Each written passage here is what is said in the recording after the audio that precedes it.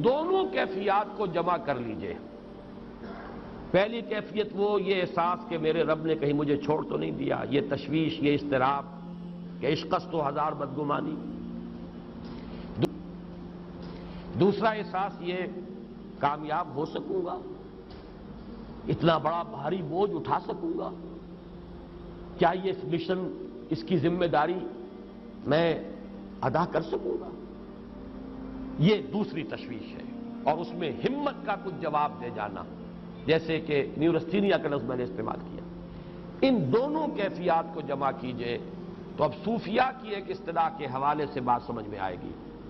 قبض کی کیفیت، شدید قبض کی کیفیت تھی محمد الرسول اللہ صلی اللہ علیہ وسلم پر، جس میں کہ یہ سورہ مبارکہ نازل ہوئی ہے آپ کی دلجوئی اور تسلی کے لیے۔ اس کے لیے ذرا تھوڑی سی وضاحت مجھے کرنی پڑے گی۔ دیکھیے، انسانوں کی اکثریت تو ان پر مشتمل ہے جو بے حس ہوتے ہیں اور غبی ہوتے ہیں، جو ہو جائے ڈھیٹ انسان، کسی چیز کی کوئی خاص، بس اپنی فکر ہے، اپنے بطن اور فرج کے تقاضے ہیں، مال جمع کرنا ہے، اس سے آگے کوئی اور فکر نہیں، کوئی سوچ نہیں، کوئی احساسات نہیں۔ کسی کے دل پر کیا بیت رہی ہے ہمیں کیا، وہ جانے۔ کوئی بھوکا ہے ہمیں کیا۔ ایک وہ کیفیت ہے کہ قافلے کو دیکھ کر آئے قبیلے کو، اور حضور صلی اللہ علیہ وسلم کی کیفیت وہ ہو گئی جس میں کہ حضرت خدیجہ رضی اللہ تعالی عنہا نے وہ قدم اٹھایا۔ ایک یہ کہ ہوا کرے، ہم کسی کے ذمہ دار تو نہیں، لا ابالی، جیسے آ چکا ہے پچھلی صورت میں، من بخل واستغنی، استغنا۔ ان لوگوں کو چھوڑ دیجئے تو ایک اقلیت انسانوں کی ایسی ہوتی ہے جن کے لیے میں دو لفظ اب استعمال کر رہا ہوں، ذہین اور حساس۔ ذہین اور حساس لوگوں میں قبض اور بسط کی کیفیت، یہ مختلف سائیکلز ہیں جو آتی رہتی ہیں۔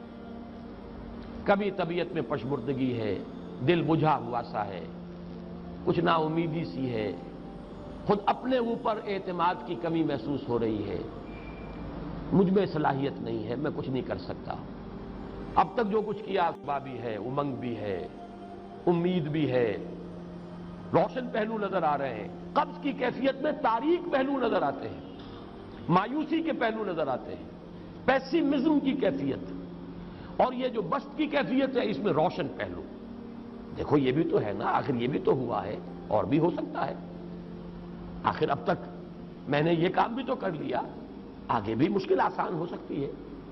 یہ دو کیفیات ہیں قبض اور بسط کی، جن کو کہ صوفیاء کرام نے یہ اصطلاحات، یہ عنوان دیے، قبض اور بسط۔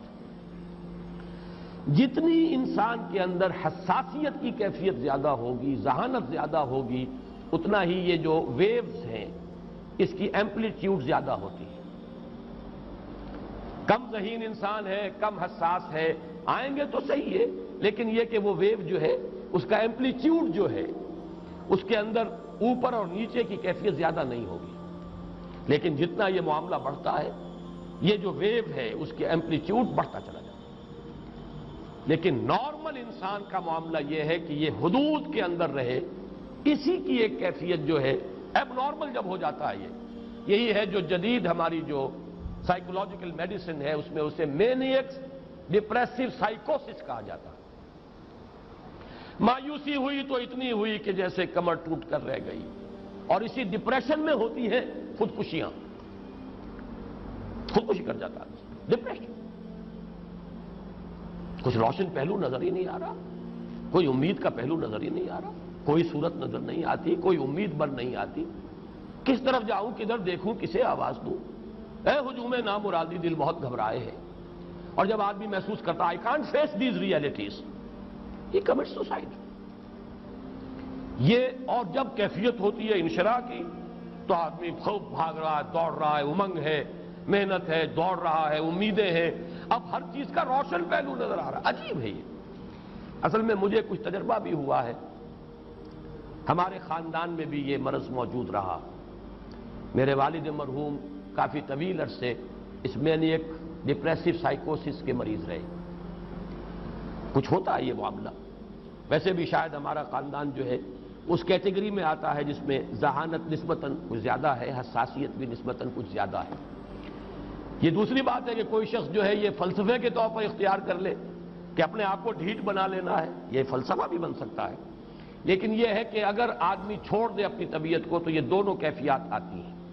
انہی کیفیات میں اگر یہ جو اپورڈ اینڈ ڈاؤنورڈ موومنٹ ہے یہ ایک حد سے نکل جائے تو یہ بیماری ہے مینیک سائیکوسس، مینیک ڈپریسو سائیکوسس۔ اس میں جب آدمی ہوتا ہے وہ اپر کیفیت میں تو اس کے اندر بڑی عظیمت ہے، روشنی ہے، امید ہے، لوگوں سے گفتگو کر رہا ہے، حق بول رہا ہے، خوب جو ہے محفل کے اندر، اب وہ محفل میں اسے دلچسپی محسوس ہو رہی ہے اور اسے ہر چیز کا روشن پہلو نظر آ رہا ہے، خود اپنے وجود کا بھی روشن پہلو، دوسروں کے وجود کا بھی، دوسروں کی بات میں سے بھی وہ اچھا پہلو تلاش کریں گے، وہ برا پہلو تلاش نہیں کریں گے۔ جب دوسری کیفیت ہے ڈپریشن کی، ہر ایک کی بات میں کوئی برائی نظر آئے گی، کوئی اس کی نیت کا فطور ہے، کوئی فساد ہے، کوئی یہ جو ہے بدنیتی کے ساتھ یہ بات کر رہا ہے، کوئی خیر کہیں ہے ہی نہیں، برائی ہی برائی ہے، مایوسی ہی مایوسی ہے، بدلی ہی بدلی ہے۔ یہ ہے در حقیقت وہ کیفیت، اس کو غالب نے بہترین انداز میں تعبیر کیا ہے۔ ذہین اور حساس انسانوں میں ان کی جو ترقی ہے وہ انہی مراحل سے ہو کر گزرتی ہے، اور ہر ڈپریشن کے بعد، ڈپریشن میں اس سینس میں استعمال نہیں کر رہا یعنی بیماری کی حد تک پہنچنے والی ڈپریشن نہیں، صرف قبض کی حد تک پہنچنے والا معاملہ۔ ہر قبض کے بعد جب بست آتا ہے تو آگے ترقی ہوتی ہے، جس کو آپ کہتے ہیں بائی لیپس اینڈ باؤنڈس، آدمی جو ہے چھلانگ لگاتا ہے، گویا کہ ایک درجہ جو پہلے تھا اس سے آگے درجہ انسان کا جو ہے اس سے بلند تر پوزیشن پر انسان پہنچتا ہے۔ ہر قبض کے بعد جو نیا بست آتا ہے وہ ایک نئی کیفیت، نئی شان، نئی بلندی، نئی رفعت لے کر آتا ہے۔ اس کو غالب نے تعبیر کیا ہے بہت خوبصورت انداز ہے، رکتی ہے میری طبع تو ہوتی ہے رواں اور، یعنی شاعر بھی کبھی ایسا وقت آتا ہے شعر جو ہے اس پر نازل ہی نہیں ہو رہا، شعر نہیں کہہ پا رہا، طبیعت میں رکاوٹ سی ہے، بندش سی ہو گئی ہے، کوئی کلام موضوع ہو ہی نہیں رہا، لیکن پھر جب یہ کیفیت جو ہے بدلتی ہے اور جب پھر بست کی کیفیت آتی ہے، رکتی ہے میری طبع تو ہوتی ہے رواں اور، پھر اس کے اندر ایک جولانی نئی ایک کیفیت جو ہے انشراح کی، وہ ایک بالکل نئی کیفیت، نئی شان کے ساتھ۔ یہ ہے وہ معاملہ جو ان آیات مبارکہ کے پس منظر میں ہے۔ اسی لیے اب میں آپ کو اس کا حوالہ دے رہا ہوں، تفسیر مظہری میں قاضی ثناء اللہ پانی پتی رحمت اللہ علیہ نے بہت عمدہ بات فرمائی ہے کہ حالت قبض اگر کسی شخص پر طاری ہو تو اس حال میں اکسیر کا درجہ رکھتی ہے یہ سورہ مبارکہ، اس لیے کہ یہ نازل ہوئی ہے محمد الرسول اللہ صلی اللہ علیہ وسلم پر اسی حالت قبض میں۔ وَالضُّحَىٰ وَاللَّيْلِ إِذَا سَجَىٰ مَا وَدَّعَكَ رَبُّكَ وَمَا قَلَىٰ وَلَلْآخِرَةُ خَيْرٌ لَكَ مِنَ الْأُولَىٰ وَلَسَوْفَ يُعْطِيكَ رَبُّكَ فَتَرْضَىٰ أَلَمْ يَجِدْكَ يَتِيمًا فَآوَىٰ وَوَجَدَكَ ضَالًّا فَهَدَىٰ وَوَجَدَكَ عَائِلًا